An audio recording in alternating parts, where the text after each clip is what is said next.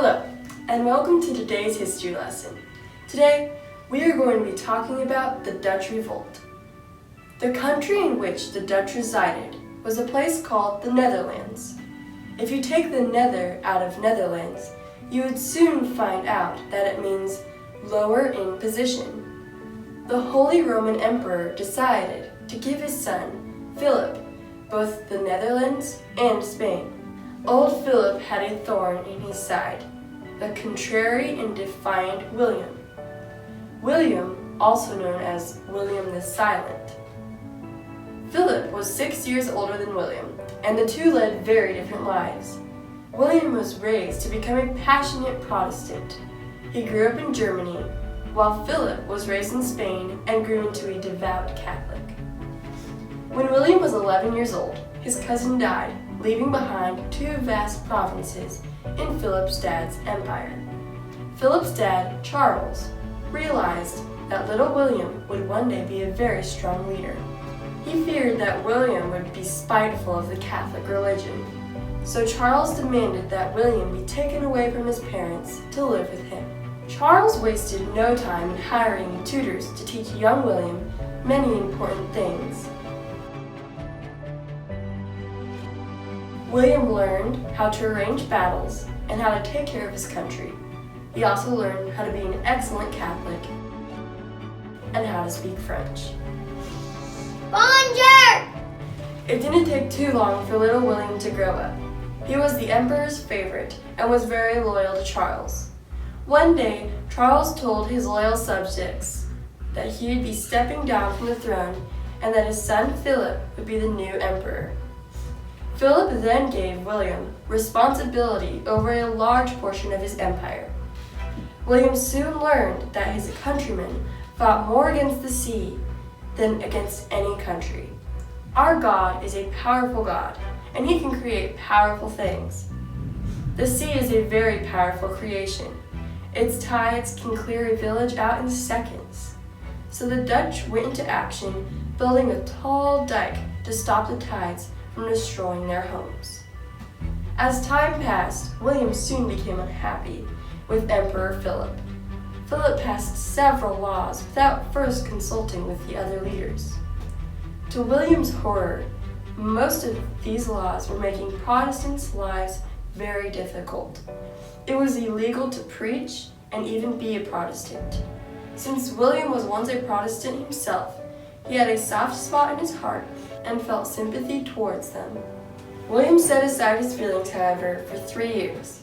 One day, as he was talking to the French king, who was also Catholic, he found out that Philip was planning to massacre every Protestant. The French king did not know that William was once a Protestant. William was very good at hiding his feelings. He didn't speak. He only nodded yes or no. That is how he got the title William the Silent. William returned to the Netherlands acting as though everything was as it should be, and that he was still just as loyal to Philip as he ever was. But in his brain, his wheels were spinning, trying to come up with several ways to protect his people. A group of his people decided to join forces to revolt against Philip. William secretly agreed to meet with the leader of the group. He urged them to send a petition to Philip, begging him to change the laws written against Protestants. The obnoxious noblemen that reviewed the petition just laughed. Why would they bother with such beggars? William and the Protestant group actually considered it a compliment to be called beggars. They then began referring to themselves as the Beggars. Throngs of beggars marched throughout Spain, destroying Catholic churches and monuments. As soon as Philip heard about this, he sent the Duke of Alva and a Catholic soldier to end the revolt. The Duke invited two leaders and William to join him, but William freaked out and decided to take a trip to his hometown. When the two other leaders showed up to join the Duke, they were met with an unwelcome surprise. The Duke of Alva beheaded them and called William an enemy of the crown. For several years, the Spanish soldiers fought against the people in the Netherlands. The evil Duke executed over 1,000 people.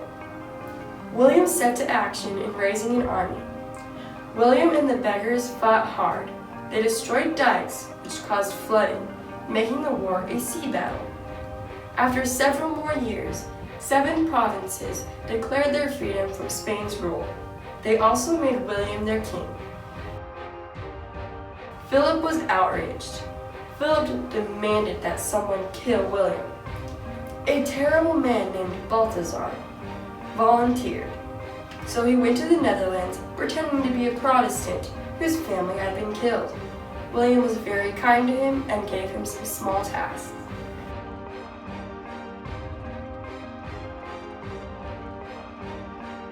One night, Balthazar waited outside of William's dining room, and when William stepped out, he shot him.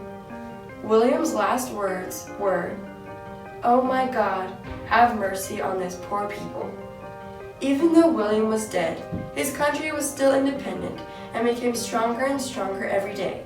This country is now called Holland, but they will never forget the amazing bravery of William the Silent. Well, that wraps up our presentation. We hope you enjoyed this skit. See you next time.